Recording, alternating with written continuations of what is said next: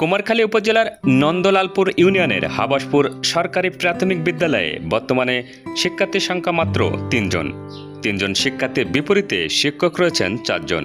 প্রতিদিন ১ জন বা ২ জন শিক্ষার্থী উপস্থিত থাকে, যার শিক্ষকের মধ্যে ৩ জনই বেশিরভাগ সময় অনুপস্থিত থাকেন। ২০-২৫ জন এরকম ছিল। আমি 2018 সালে আসছি, তারপরে থেকে আস্তে আস্তে কমে যাচ্ছে। এখানে যোগাযোগ ব্যবস্থা খারাপ হওয়ার কারণে লোকজনও থাকে না, সেই সাথে স্টুডেন্টও চলে যায়। জানা গেছে 2013 থেকে 2014 সালে 150 বিদ্যালয় নামে একটি প্রকল্পের আওতায় 20,71,000 টাকা ব্যয়ে এলজিডি বিদ্যালয়টি প্রতিষ্ঠা করে। 2014 সাল থেকে প্রথম থেকে পঞ্চম শ্রেণী পর্যন্ত শিক্ষা কার্যক্রম চালিয়ে আসছে বিদ্যালয়টি। শুরুর দিকে অনেক শিক্ষার্থী থাকলেও বর্তমানে প্রায় শিক্ষার্থী শূন্য হয়ে পড়েছে সরকারি এই প্রতিষ্ঠানটি। বিদ্যালয় পর্যবেক্ষণ রিপোর্ট বলছে, শ্রেণীকক্ষগুলোর দরজায় তালা ঝুলছে।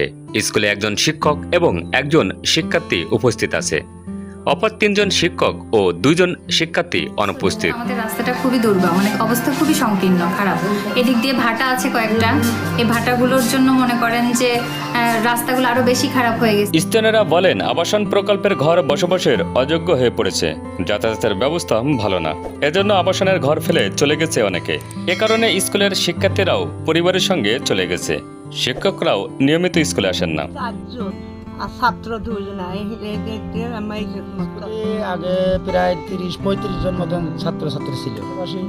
অযোগ্য হওয়ার কারণে টাউনে সব চলে যাওয়ার জন্য এখানে কোনো ছাত্রছাত্রী নাই।